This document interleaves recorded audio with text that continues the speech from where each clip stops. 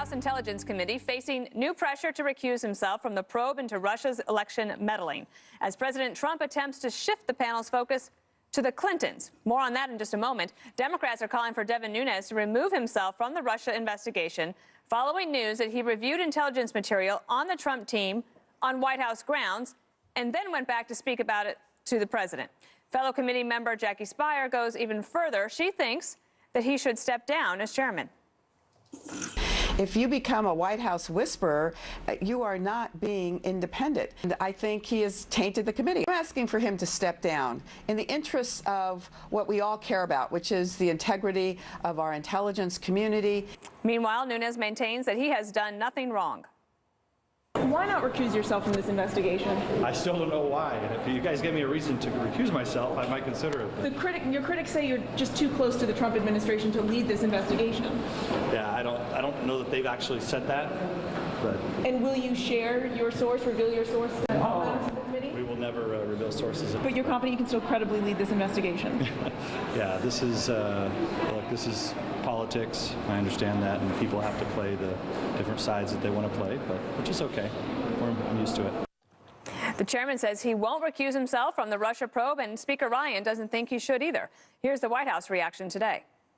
It's not up to me. He's a member of the House. He's appointed by the Speaker. I do think that he is running an investigation, which we asked for. There's somewhat of a double standard when it comes to classified information. You all report on stuff with sources that are illegally leaking classified information. That's appropriate and fine. No one questions that, the substance of the material. When two individuals, or however many are engaged in this process, have a discussion that is 100% legal and appropriate and cleared, suddenly the obsession becomes about the process and not the substance.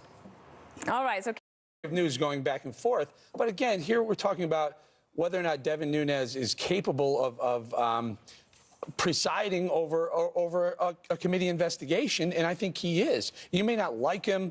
You may not like the fact that he met his source at the White House, but the bottom line is we're going to see most of that. We're going to see the testimony by most of these people. Some of it happens behind closed doors, but it's not just Nunes deposing various people.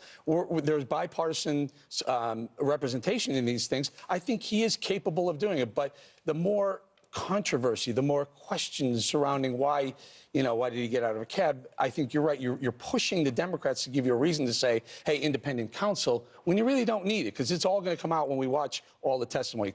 Yates claimed, or someone claimed that she wasn't allowed to testify, and then they produced, I think, or John Roberts produced a letter that was sent to Yates, and the lawyer responding back saying that she was in fact notified of this testimony.